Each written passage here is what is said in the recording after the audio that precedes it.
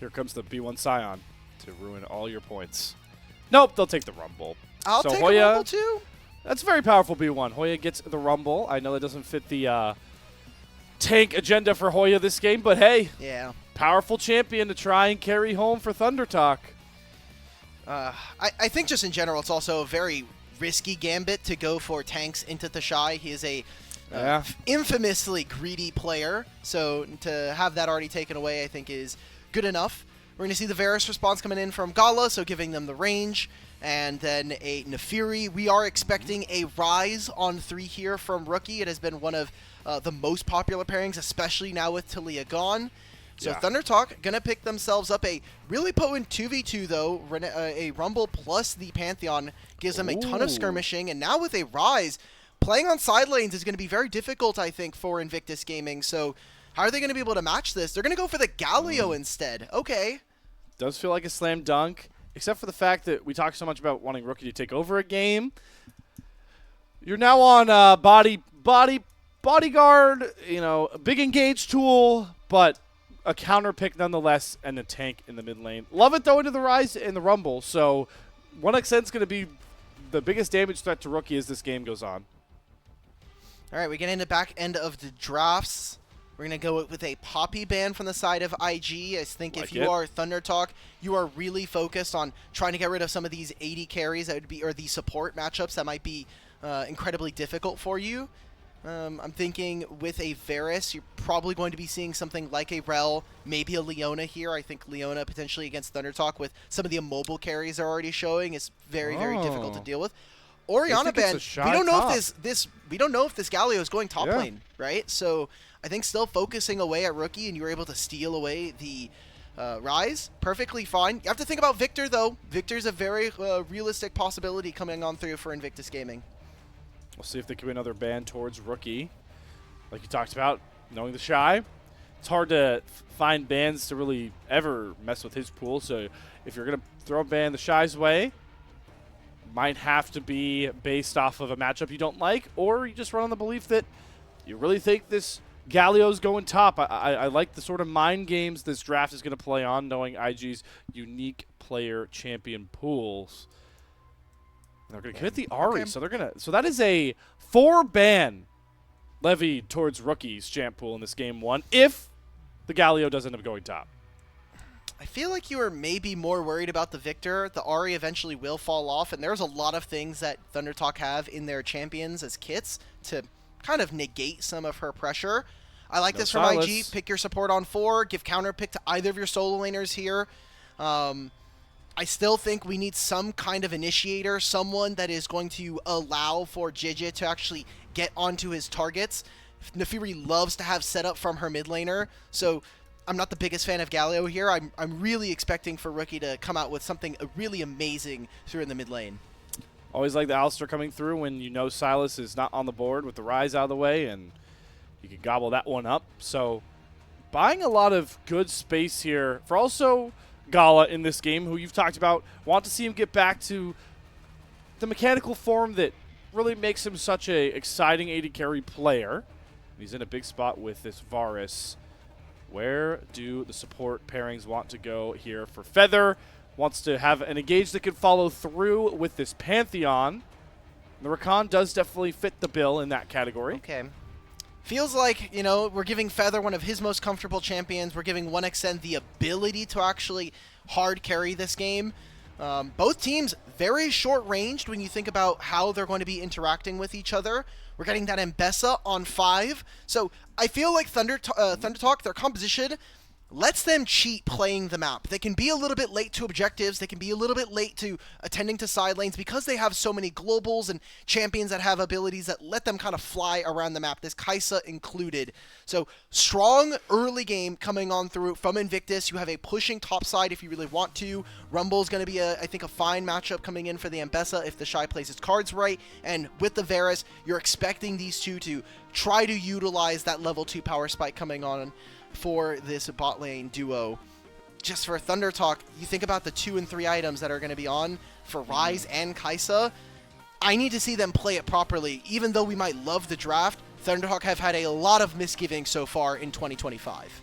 I've had a lot of trouble finding those timers where they can fight, and also not just playing too reactionary on the map, which I'm glad you pointed out. With this Rise, the Pantheon Ultimate, a good matchup in the top side. Want to look for Xiaohongren to run the top side through with Hoya and SeTab. Two solo laners that a split ago we're getting so much praise for how much they were able to lift up ThunderTalk from the floor that players like 1xN and Feather already raised for them. Could they come back to that split one form to help push ThunderTalk from the basement of Group Ascend? It always starts one game at a time.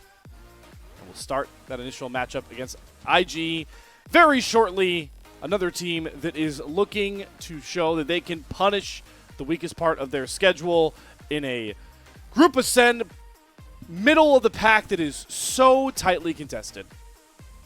This is a tough matchup for ThunderTalk. Again, both teams on a 4-series loss streak. Invictus Gaming coming in as big favorites, and I think a needed pick-me-up after what was a very, very rough Week 5. Getting back to winning ways. IG finding some consistent form. ThunderTalk looking for any sort of form that can rescue a wary, wary Rumble stage. Out onto the Rift we go. So Jayo's ringing once more. Fanstart comes across here for ThunderTalk.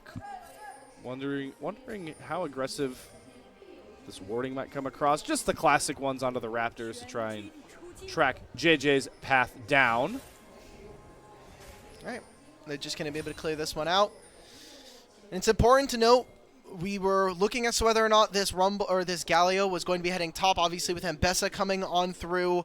I think this just gives SeTab a very easy laning phase, and part of that will have to come at the mercy or kind of the sacrifice of Jiejie here. He might have to be visiting mid. Getting mid priority is going to be a very big focus in this game, and something that we're looking for ThunderTalk to have a particular advantage on when we're talking about these two mid lane champions. Like to see Feather and 1xN trying to grapple for level 2 as early as they can, get some positive trades into this Alistar. Punish how much control Rakan really brings at that level 1. With that knock-up, Meiko is sacrificing a lot of his HP and relying on that Alistar passive. Is everyone watching at home on Twitch gives us their prediction, 75% backing IG. Wow. I mean, you're telling me the team that has won like almost 2.5x as many games as ThunderTalk are expected favorites? Nah, that couldn't be. We're seeing ThunderTalk though. They'll get the level 2 first. They'll be able to push this wave in. Junglers are heading to, both are on opposite sides of the map right now, with Xiaohongren going up and potentially making a visit onto Hoya.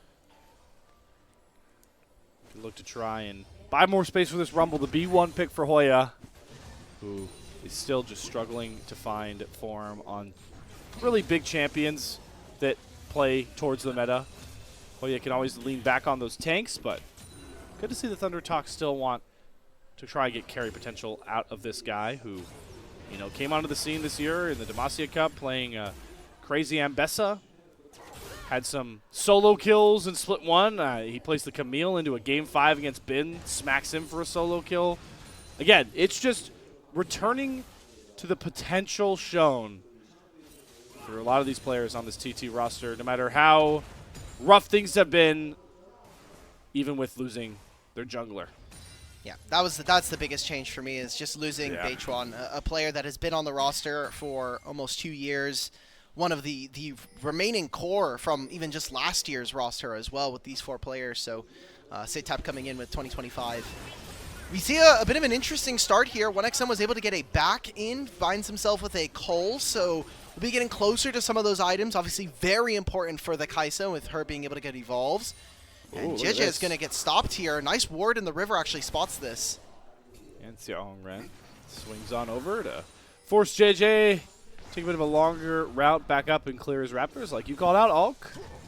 For Jiejie making it a point to try and alleviate pressure for Rookie in this lane, as he already had to bring his TP back in and is not sitting on too favorable wave states. So continue to track how much this slows down Jiejie's clear time on a power-hungry, or farm-hungry Nefiri nonetheless. First dragon soon to spawn, and we'll see what the bottom lane reset timers look like, knowing that 1xn was able to get that Cole back in like you talked about. And Gala and Meiko right now are taking a reset, and I wonder if they start swinging up towards top side like we see a lot of teams do. Nope, not just yet. Yeah, we're really early, right? Just because of the new grubs. So 3.5 minutes before those grubs spawn. Again, we are on the new Spirit Blossom map, so only one spawn of grubs, only one type of Otacon, and a few other changes around the map. But aside from that, bit early for them to be able to make the swap. We're seeing some pinks come out onto the top side. I think that Hoya really wants to make sure that he can get level 6 before he is going down bottom lane, as that really makes it a lot easier for the Rumble to survive any kind of these dives if he is on the weak side. Yeah, part of that plays into the swap is that a lot of games where you see the swaps that are nice, like we got from game 1 of WE versus W taking on Jiejie, it was a Scion matchup versus a Shen matchup. Two champions that are fine with low resources. We got Rumble and Bessa, so they are not going to be happy with sitting in 1v2s they don't like. We're kind of seeing some of the effects of this mid lane matchup, and good job from the solo laners so far. Hoya kind of utilizing the fact that Rumble's lane is very strong, and you look at mid lane, SeTab's already up 10 CS, almost 15 here, up against Rookie. This is freeing him up to take his recalls. Now he has Rum Warp. He can be able to match Rookie, or Rookie should be able to match this Rise and potentially have bigger impact here. But with Xiaohongren up in the top side right now, Jiejie is just going to utilize the fact that his bot lane has push and grab himself the first dragon of the game, which is, I think, pretty good. Gives them the potential to go for dragon scaling as a potential win condition for themselves and bring them back into a game where, if this does go late, you have to imagine that ThunderTalk having the Rise and the Kaisa is going to make this very difficult. Yeah, you can just look at the other side of that equation, too, with a lethality Varus that's going to come in for Gala, and that Galio is trying to punish the double AP lanes. Like you called out, though, I like how early they're able to get to this dragon. So Jiejie sets up timers that are very advantageous for rushing towards whatever pivotal soul they get. We'll say, though, Hextech Drake first, Infernal Drake next. Takes away the big extra damage boost souls you would have liked on a comp that would like to have that in the bag with this Galio in the mid lane. Yeah, it also just means, oh, wait a minute, here we go. He just hit level 6, we're going bot. Yep, jumping on top of Gala. They're going to go right after him, section him off, and that is the proactivity we love to see. We know from ThunderTalk earlier on in this split, they get the first bullet exactly where they want it on the 1xn's hands. And this should now free them up to take their recalls in. Meiko's going to try and hold this wave. I don't think it matters. Yes, you might send your top laner to have to go and deal with it, but as long as we're there for the timer, we're seeing that ThunderTalk, they want to try to contest for this grubs. If IG were able to get the grubs, I think it'd be nice. ThunderTalk utilized them a lot better with the champions that they have, but being able to take that away from the enemy team would feel nice. I just don't know how realistic it's going to be for IG to actually hit turrets with how low range, especially their solo lanes are. Interesting rotations with TheShy kind of stuck in the top side, not really liking a moment to take the reset without teleport. They swing Rookie down here to catch that pretty fat wave.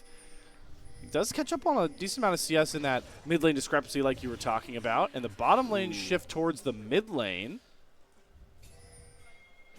I'll be honest, Slayer, as long as SeTab right now, his entire job is, I'm going to harass Rookie. I'm going to try and burn some of his mana, some of his HP, and keep him under his turret because, yes, Gala will be able to reach him a lot faster. SeTab does have teleport advantage for now, so if he needs to match, he can always be there at the fight. And a good job coming out from Hoya. After pushing in a wave, he says, hey, I'll just go down. I'll take at least one of these grubs. The feat of Epic Monster Slaying will go over to IG, but at least they won't be able to summon any of those Void Mites and make it particularly problematic for ThunderTalk. To neutralize those. So not much else to find on the map currently. I'd like to see IG try and play off some of their big first item spikes. I think that's a huge point for them to reach, especially knowing that Gala will naturally reach that lethality item a lot quicker, likely the Youmu's, and TheShy gets a ton of value off the Eclipse coming through first, and with Jiejie farming up pretty well in the jungle and being pretty undisturbed, he'll also get that pretty big first item spike that should enable IG to play as freely as they like to and play through their fighting, their most potent strength. You know, Slayer, I'm a little bit afraid, and you can kind of see their match history here. IG have not had the best of times here. It has been, again, a 4-series losing streak for both of these teams, but I think IG's match history was a little bit more difficult than ThunderTalk's. ThunderTalk had to go up against BLG, JDG, then JDG again. They lost against WE, but a lot of teams are actually starting to lose to Team WE, isn't that right? So I'm looking at this, and something that I wanted to talk about as we have time before the dragon spawning in a minute. I might have to hold that. We do see that Xia Huangren is on this side of the map and does have ultimate, but Gala is full HP. Yeah. ThunderTalk, I think this is not a controversial thing to say, might be the worst team in the league. You look at their stats, not only just in terms of game score, but they have the lowest gold per minute of any team, including Group Nirvana teams. Whoa. You thought TheShy is able to just watch a Grand Starfall. They have the lowest game time of any team in the entirety of the LPL. They have the lowest first blood percentage, first tower percentage, and feats of strength completion. Like, everything points to ThunderTalk having very fast games because they just lose very quickly. But you look at this, they're even right now at 11 minutes. They are, I think, you could make an argument ahead in some of these lane matchups, considering you look at SeTab and even look at the fact that 1xN is starting off with a kill. Things are looking good for now for ThunderTalk. I was going to say, some of -1 Shy, didn't miss that one. I was going to say, for some of those stats you levied, hey, one that they're turning around the series, first blood rate, they grab first blood, and also, yeah, like you talked about, they're ahead, and they're in a game state where it would have been fine for them to be even at this point. It would have been fine for them to be kind of stalling this game out because 1xN, the most reliable player on this roster, on this Kai'Sa, is in a great spot, and SeTab has been pretty undisturbed, getting to that Roa at a nice pace. Ooh. And those two make this IG comp pretty problematic, but a dragon fight would solve a lot of these ailments if it goes IG's way. All right, one of the problems that I usually have with ThunderTalk in their setup around objectives is that they are always late. It feels like they're back timers. They're not really utilizing a small timer for everybody at home if you need it. 40 seconds. If at 40 seconds before an objective spawning you are not recalling, you're probably not making it to the objective on time. And ThunderTalk, they just now were able to get 1xN his recall. They're nowhere near set up for this dragon, but you look at their items, they are incredibly strong at this moment. You have a completed Sundered Sky for this Pantheon, Kraken Slayer coming in for 1xN. I really feel like if they decided to take a fight right now, it wouldn't all be that bad. I think it would be a pretty good decision coming in from ThunderTalk. Yeah, Jiejie's not going to be able to match one items either. The Fury really needs that big damage boost. So maybe we'll see if IG can show some pace of play, slow things down. They don't, I mean, this Dragon's a nice win con, but if TT come all out to try and shut this thing down, they could really win that fight. They're going to teleport in now. Dragon's down about 2,000 HP as we do see Meiko fly on in, but sacrifices his entire health bar. Feather gets a big knockup. In comes the Hero's Entrance, hits onto 2. The taunt is massive from Rookie. Exactly the setup that Jiejie needs to blow right through 2. And the public execution from TheShy right on point. Flashes after 1xN, and just like that, ThunderTalk collapse under the might of Invictus Gaming. That's the dragon. That's also so many summoner spells there from ThunderTalk. I need to watch that play again because we just saw them mis-execute so heavily on this fight, a little too aggressive from some of the members of ThunderTalk, and the collapse from Invictus. I mean, you're playing right into the waiting arms of a Galio ultimate, so you're spread out from there. Check this replay. We're waiting for this TP. Meiko finding an engage onto the Pantheon, and you see this? Great engage from Feather. Where are my DPS stealers? We put the Rumble ult to barely try to kill Meiko. We have my Kai'Sa who can never actually get into this fight. That's his cleanse and his flash down from 1xN here. Everything going from bad to worse, I think, here for ThunderTalk. And IG come out massive from that fight. Yeah, SeTab burning that flash early and just never fights his way back in. And the woes for ThunderTalk continuing, just finding it hard to sync up. And again, like I'm glad you pointed out, Feather in these fights, he still looks like the same Feather on the champion. He's so comfortable with this Rakan, but it doesn't matter if there aren't succinct on targeting and when to bring the damage across. And now after, like you called out, Alk, a pretty smart early game, correct rotations, taking advantage of lanes that they drafted to find leads. They're on the back foot. Ah, man. That fight also had Jiejie without a full completed item. He didn't have the Spear of Shojin beforehand, so that was supposed to be their window to find something. There are obviously so much more in terms of game time for them to look for something. SeTab another 7 minutes before his Rod of Ages is completed, and also getting very close to having at least his Tear of the Goddess done. So I think there are still a bunch of windows. They're obviously not down all that much. Despite losing 4 kills in that fight, they're only down about 800, maybe 900 gold, so not doing bad, all things considered, but now we're seeing the Rift Herald spawn here at 15 minutes. Galio just used TP in bottom wave, and you can kind of see that Xiaohongren can actually be on any side of the map if there decides to be a sudden engage coming in from Invictus Gaming. And that's what you want to see TT lean into, is their global threat alongside their Rise and their Pantheon, that they can play towards side lanes and finding pick plays, because IG are just another breed right now in these straight-up team fights. Shy maybe looking for an angle in here. Hits the poly execution right on top of Feather. Hero's Interest going to come across and hit the double knock on Xiaohongren. Rookie gets the taunt he needs on top of Hoya's head, and Jiejie, with the rest of the pack, gets to run wild on the back end of this fight. Hoya has survived a long time, but it's again Jiejie flying in to finish off another kill, a triple kill over to the pack, over to Jiejie, looking to run down Xiaohongren and SeTab. Jiejie wants the big star, he wants the glory play, he's got the triple kill, and he's still hungry for more. Down goes a fourth, all 4 of those kills to the IG jungler. Neferi's gonna eat good tonight. That is a ton of kills going over, and the Rift Herald picked up by IG.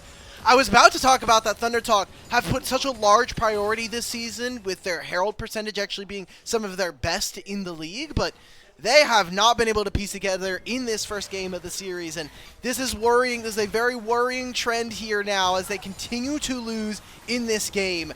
Really smart engagement. Again, we talked about the fact that Rookie was in bottom lane. There was a short window where ThunderTalk could have found something, but that engage coming in from TheShy with his work husband Rookie, they find an entrance and they just get all of these kills for Neferi. I mean, that alongside the objective and just more losses being incurred by ThunderTalk make this game even harder to watch for any other fans. It is a rough time for TT. This fight is not what I'm Thunder talking about. But this is what we're expecting, though. You know, we come into this series, ThunderTalk. It sucks to say because we're like halfway through the season, maybe in the back half, like we were talking about for the double round robin. But it just felt like this is the worst time for their jungler to get taken, right? It's so I get that BLG wanted to make some kind of change, but having one of the hearts of this team, I think one of the largest voices when it came to leading them and kind of being that driver, Beichuan eventually leaving ThunderTalk now has some pretty big ramifications. They were already on a downward spiral, and feels like we're going to see more and more of that. IG are now preparing to put themselves at Soul Point 18 minutes into this game, and look at where ThunderTalk are. They are in another tri-state, basically. Yeah, I mean, Xiaohongren is just now getting back into his jungle. There's lanes to respond to topside. Good to see, though, that Jiejie's investment of the early game, taking that dragon early, now proves dividends.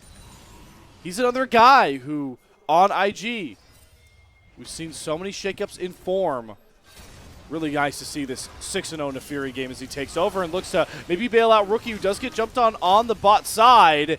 But with Feather there to try and get the charm, gets the knockup, and it's once again Feather finding ways to get kills locked down for ThunderTalk. But what is always the response on the flip side of the map? It is Hoya getting bodied by TheShy with some help from Meiko and a mid-tier 1 turret going down.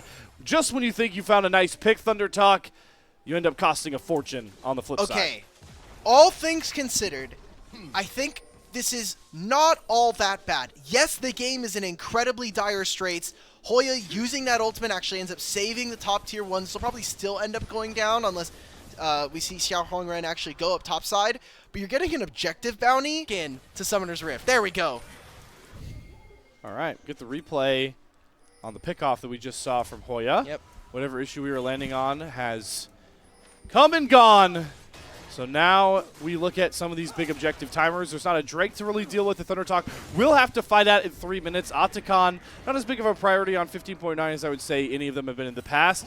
This is the window where I like TT to try and make a pick play around those global ultimates to make it so when the dragon fight comes, it's not going to be just giant item differences that make the fight impossible. But look at ThunderTalk right now. Like, they're getting pushing topside, so maybe Rumble will be able to get some damage on this turret. IG are controlling the mid and the bottom lane wave right now. They're actually going to start this Otacon on spawn with the Herald slamming into that bottom tier 1. The teleport comes in from Hoya. There is no ultimate from Xiaohongren. And everything is up and available for both of these teams. Yep, there's chains of corruption. Feather, though, able to sneak out so nobody else gets binded. Otacon getting a lot of damage down. A lot has changed about Otacon, but the damage is still very real. As the Equalizer comes across, Jiejie's going to secure it as TheShy's flying in all by himself with Meiko. Hero's entrance going to land, and SeTab is alone. He's cold and asking for help desperately on the top side of this fight. But ThunderTalk are finding ways to get the first pick down onto Rookie. But look at 1x and Hoya's health bars. They can't step up towards Gala, who does have to burn his cleanse. TheShy? And TheShy finally finds a window, breaks open the door, and kicks down ThunderTalk. A triple kill with the snap of a finger. SeTab desperately trying to kite back with this rise, get the root prisms down, but no, it's not enough. Guess what it is? A Shy pentakill. There we go. I told you, IG just straight up bring entertainment, and hey, what else to save the league other than TheShy coming back to competitive and getting himself a pentakill. Makes it look easy on the Mbessa. And with that Thornbound Otacon, the explosions coming through after takedowns, it's a win more objective, and IG do just that and find themselves with a 5,000 gold lead at 21 minutes. Let's look back through this fight, because there were points in this one, Ulk, where you kind of liked the ThunderTalk slow approach. They got some good damage out of Otacon. This Equalizer gets value, but it's TheShy, I mean, man. not only is it TheShy, but like, where is the rest of my team? Right? Xiaohongren is actually hitting on the top side next to the Otacon. We're incredibly split up here. And maybe the back end of this chase does look good. You see a lot of low HP members. I think it's very playable. This cleanse coming out from Gala makes a huge difference. And then TheShy sees the angle. Thornbound Otacon explosion 1, 2, and then 3. Continues to find the rest of them. Great damage follow-up, and I feel like that might just be the nail in the coffin here in this game. There are too many moments and too many good plays coming out from IG that even with the scaling coming out from ThunderTalk, they are just not coordinated enough. I want to shout out SeTab, though, that he almost jukes out on the Realm Warp, and that really got IG to bite. But, yeah, like you called out, TheShy just found a window and exploited it. Nearly does 5k damage in that last fight. Here's where the other side of TheShy, though, could become a little perilous. There's nothing that inflates an ego quite like a pentakill, so we'll see how far he pushes his luck, being very, very ahead with all the gold he's got. But like you called out, by this point, it might just be at the point where IG can slap TT with their wallets and fight on any footing. And there's TheShy going in 1 versus 4, sets up a huge knockup, but does fall. Shutdown goes over to 1xN, so TheShy over aggresses, but it's okay. Jiejie in the back are here to try and clean things up with Rookie on the front side, swallowing up all of this damage, gets the taunt down onto 1xN, who falls, and now it's time for Jiejie to run free with the rest of Invictus Gaming. First pentakill to TheShy. This time it's an ace done by the rest of IG. I was watching 1xN that entire fight. This guy is autoing out of his mind, and he is doing peanut damage right now. He is throwing popcorn kernels at Invictus Gaming for literally 0. Invictus, they win another team fight. It is just a snowball after snowball onto ThunderTalk Gaming. It'll be another turret falling. It'll be the Mountain Soul. So we were talking about, hey, they won't have big damage dealers to come on through with a Hextech and Infernal early. They have been making good use of this Mbessa ult. One of the trickier parts is the fact that this hitbox is incredibly thin, but, I mean, TheShy just finds his moment. He opens up for Rookie to come in on the backline, and they're going to also have a Mountain Soul. So if we thought that ThunderTalk were doing no damage beforehand, IG are going to be that much tankier now. This one's just done and dusted. It's impossible to ever contest IG at this point, and like you called out, the Mountain Soul makes it hard for them to try and lean into their pick potential on anyone that over-aggresses on side lanes. We see in the Pip that another kill was found onto Feather, who was just desperately trying to set a vision for this Baron. It's time for IG to just kind of go through the motions, Ulk. Baron, push to try and win. and game-sealing fight. Yeah. Biggest thing that if you are a ThunderTalk fan, if there's any chance for them to be able to come back, SeTab has finished his Rod of Ages. He has his Seraphs, but he's getting caught out in a side lane. Oh, the taunt ruins the Realm War. Perfectly timed from Rookie, who gets revenge for the 1v1 loss with that one. All right, well, that was kind of that was my last bit of my copium for ThunderTalk. What timing? What timing? Yeah, yeah, imperfect. You know, that's just a legendary caster curse coming on through. So SeTab loses his flash, his life, and now the Baron with the Mountain Soul. IG, this was an expected pick-me-up. This needed to be the kind of gust in their wins to bring them to a couple victories here. Oh, sweet 1xn. Jesus. He pissed off the Pound, and they unleashed the dogs. Jiejie pops him with ease. This is just how far ahead IG are. These health bars crumble with a whisper of the name of IG. And now it's time to just start knocking down structures and go for a very quick win on 15.9 standards. Oh, yeah. Just 26 minutes into this game. They've got the Baron waves. They've got no one to really contest them. It's just SeTab and Xiaoheng Ren looking to hold the line that will crumble at the very might of IG once more. Perfect stuns come across from Meiko and Rookie. Xiaoheng Ren and Feather just have to watch their base burn once more as IG, with a commanding sweep, take game 1 in under 27 minutes. Oh my. Okay, at least IG can do that. I was so worried we're going to come into this series and, hey, we got some games still left to play. Maybe they still got it in them. But TheShy and the rest of IG, they haven't been the cleanest. That has been one of the biggest criticisms we've had for this team. Without a doubt. But here, they looked incredibly dominant. This is some of those high highs that we were looking for and kind of playing to the strengths of what this roster could potentially look like if they can kind of hammer home some of those errors. The only thing that immediately comes to my mind, dog, and I don't want to come off as like a shy hater here. I think it's a funny meme to say, how many suspect games from TheShy does he buy with this Mbessa performance? He just wiped off like 2 Nidalee games off of his report. Okay, 2 whole Nidalee games? Okay, 2 wow. whole Nidalee games. Even not only the losses. You know, the win, we'll say maybe he had a little bit better influence. Yeah, but but we'll wipe off maybe a York game. So we'll see. Okay, all right. We'll track that one going on. But yeah, I think you hit the nail on the head. It's just, I think IG in a lot of spots, and while it has worked for them, they've kind of relied on, in the 5v5, we can kind of just hands diff some teams and make up for a couple of side lane picks from TheShy, a couple of bad rotations. This game, the rotations were on point. They took fights on great timers, and they forced TT to answer so many neutral objectives. Really impressed by Jiejie taking control of this game on the Nefiri. And I think when we start with the player of the game discussions, I think it's going to go to TheShy, but I really want to make sure Jiejie gets his flowers too. Oh, yeah. Jiejie is definitely... It feels bad. Jiejie is probably not getting MVP this game because it's TheShy, unfortunately. Yeah. And he got a pentakill. Yeah. The flashy parts of Mbessa is when you actually land all your abilities, and again, that public execution is incredibly thin as a hitbox, but Jiejie played this game with not the best amount of resources, right? He has a pushing bot lane that's kind of working in his favor, but his mid lane's getting shoved in constantly, his top lane's getting shoved in as this Rumble versus Mbessa, and he's still able to kind of find angles, find picks, got a lot of kills, obviously. We talked about that dragon fight in the bottom side of the map to start off the game, so I love that for Jiejie. I'm glad that we're getting, more performances from him because it's felt like so far he has probably been the most consistent and obviously sometimes the most clutch player. I think of his Lilia Dragon Steel that he had back, I think, at Split 1. Like, he has been very impressive, especially coming off of a pretty doomed roster last year.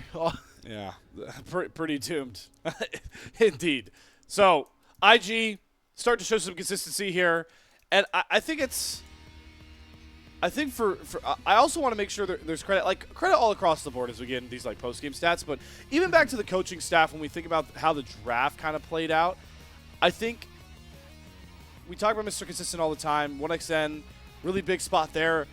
The more I look at this draft and the more of how I saw the game play out, I think it was just such a difficult angle to ever make this Kai'Sa work. And while I know it's easy to say that when he's playing from behind, it's just a rough spot for a guy that you really lean on a lot right now for TT success. I don't think draft was an issue at all. I think they just played like crap. I'm saying like they played pretty terribly. Just seeing like an Alistair and a Galio that make, ulting in really difficult to think about, you have to be conscious of, and a Varus that spaces you. I don't see Kai'Sa flying in this game. I see Kai'Sa using her ultimate to like reposition herself away from the melees. Maybe, because you have so much frontline, right? Like, in theory, you're going to have a 3,000 HP Rise sitting in front of you. You're going to be having, hopefully, Feather peel for you. You look at this Invictus Gaming roster, they are so reliant on these public executions landing. And there's no CC, by the way. They're doing this, I think, very brazenly and with a lot of confidence. Yeah. Any other team we're talking about and we're seeing these public executions miss, usually we would be flaming them. We'd be saying, like, why are we not waiting for your Alistar to go forward, for maybe the Varus ult to land? He landed every single one of them, and I think that is probably why, alongside the pentakill, TheShy is going to earn himself the MVP this game. He just literally did not want to miss on these public executions. Yeah, maybe I'm just trying to cope for my boy 1xN. You were the biggest ThunderTalk defender, and I think that that's fair. But, I want to be realistic because I want to be fair to these guys. It's the push and pull. It stings to see where they're at now, especially knowing. I hope we've burned my ThunderTalk graphic, and in the digital form. I hope that means it's deleted. I hope it is burned by this point. Nonetheless, where do we go from here into game 2 if we are ThunderTalk? I mean. You get blue side again, but it's just such a hard question to answer right now. Yeah, they'll have access to blue side. Remember, that was kind of the buff that they got by winning the 1v1, but we kind of saw that they used it to get a first pick that I think was fine, all things considered, right? Like, we were able to still get our Rumble for Hoya. We were able to actually use the advantage. I actually thought that this composition from ThunderTalk covered a lot of their weaknesses. Again, I think the globals were all there that allowed them to kind of cheat positioning around the map. But now we're going to be coming into this game too.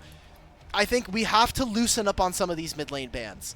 We've talked about how SeTab, some of their best performances for ThunderTalk are when this guy in the mid lane is actually performing and being that playmaker.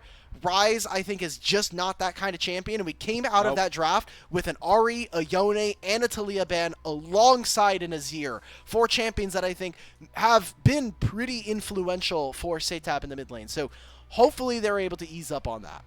It's a good call out because I do think SeTab, again, to draw from split 1 is, before we get into those points. Congratulations, TheShy, pentakill, nailing the ultimates with ease.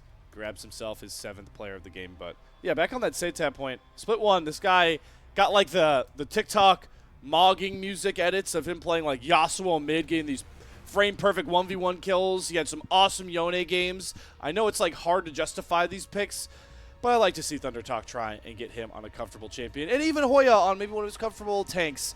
Who knows? There's a lot to go back to the drawing board here for ThunderTalk as they try to avoid becoming the first team to get to 10 series losses in the Rumble stage. We're going to take a break, though, as many of you probably expected. On the other side, we're going to hear from one of our lovely sponsors and get ourselves into Game 2 draft. IG taking on